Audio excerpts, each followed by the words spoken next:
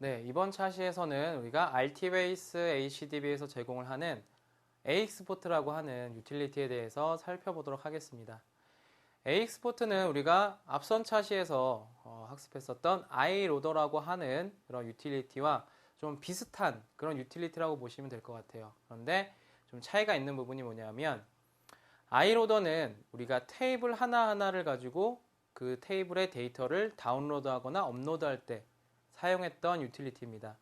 그런데 이 AX포트라고 하는 유틸리티는 DB 전체에 있는 어떤 테이블 뿐만 아니라 뭐 뷰라든지 객체 정보 여러 가지 이제 생성되어 있는 객체들에 대한 생성 스크립트를 만들어 주고요. 그다음에 그 DB 전체에 있는 테이블들의 데이터들을 다운로드하거나 한 번에 업로드할 수 있게 해주는 그런 유틸리티라고 보시면 되겠습니다. 그래서 이 AX포트도 유틸리티이기 때문에 RT베이스 설치하신 홈 디렉토리 밑에 bin이라고 하는 디렉토리에 실행 파일이 있고요. 그래서 어떨 때 많이 사용을 하느냐? 마이그레이션, 데이터를 마이그레이션 할 때 주로 많이 사용을 한다 이렇게 보시면 되겠습니다. 그래서 DB를 업그레이드 한다거나 버전을 업그레이드 한다거나 혹은 뭐 패치를 한다거나 할 때 데이터 마이그레이션을 해야 되는 경우들이 발생을 합니다. 그래서 그런 경우에 아이로더로 하나하나 테이블이 뭐 100개가 있으면 100개에 대한 거를 하나하나 아이로더로 내려받아서 업로드를 할 게 아니라 AX포트라는 걸 이용해서 한 번에 데이터를 100개에 대한 데이터를 다 내려받고 다운로드를 받은 다음에 100개 테이블에 대해서 다 업로드를 하게 되면 좀 더 빠르고 편리하게 데이터 마이그레이션을 하실 수가 있겠죠. 그래서 그렇게 좀 자동화되게 데이터 마이그레이션을 할 수 있도록 제공하는 게 AX포트라고 보시면 되겠고요. 그 외에도 어떤 DB를 어떤 지금 사용하고 있는 DB하고 동일한 DB를 하나 더 만들어야 되는 경우, 이렇게 DB를 복제하는 경우에도 AX포트를 많이 사용한다 이렇게 보시면 되겠습니다. 그래서 AX포트라는 이 실행 파일을 실행을 하시게 되면 AX포트 실행하실 때 뒤쪽에다가 뭐 서버 IP라든지 포트, 유저명, 패스워드를 같이 입력을 하실 수도 있고요. 아니면 AX포트 하고 엔터 치시면 서버 IP, 유저, 패스워드를 물어보는 프롬프트가 뜨기 때문에 여기에다가 각각의 값을 입력을 하셔도 됩니다. 그래서 AX포트를 실행을 하시면 뭐 다른 추가적으로 뭐 어떤 객체를 만들어라, 뭐 데이터를 다운로드해라, 업로드해라 이런 명령어를 수행을 하시는 게 아니고요.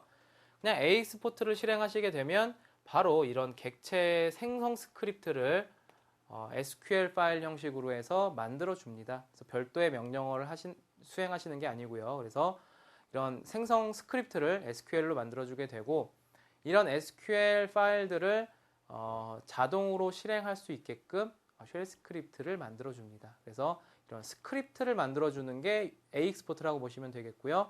그런 스크립트를 사용자가 직접 실행을 시킴으로써 데이터를 마이그레이션 하실 수 있다. 이렇게 보시면 되겠습니다.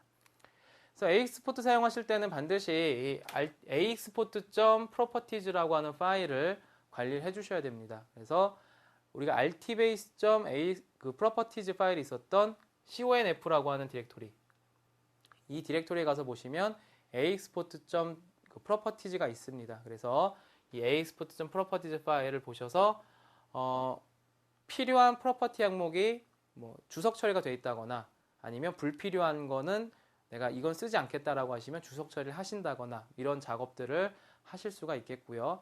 혹은 이제 설정되어 있는 기본 값을 변경하신다거나 이런 부분들을 관리를 해주셔야 되겠습니다. 그 다음에 이제 구분자 지정하는 부분이 프로퍼티 파일에 제공이 되고 있습니다. 그래서 실제로 AXport는 스크립트만 만들어주고요.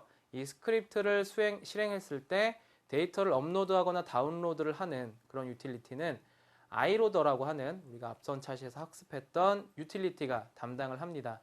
그래서 iloader로 데이터를 업로드하거나 다운로드할 때는 구분자를 지정하는 부분이 있었어요. 그래서 그 구분자 지정을 이 AXport.properties에서 일괄적으로 프로퍼티를 통해서 지정을 하실 수가 있습니다. 그래서 업로드하거나 다운로드할 때 동일한 프로퍼티 값, 그러니까 구분자를 지정하셔서 다운로드하고 업로드를 하셔야 되는 거고요. 이 프로퍼티를 주석 처리를 해서 샵 기호를 이용해서 주석 처리를 하시게 되면 CSV 형식으로 구분자가 지정이 된다. 이렇게 생각을 하시면 되겠습니다.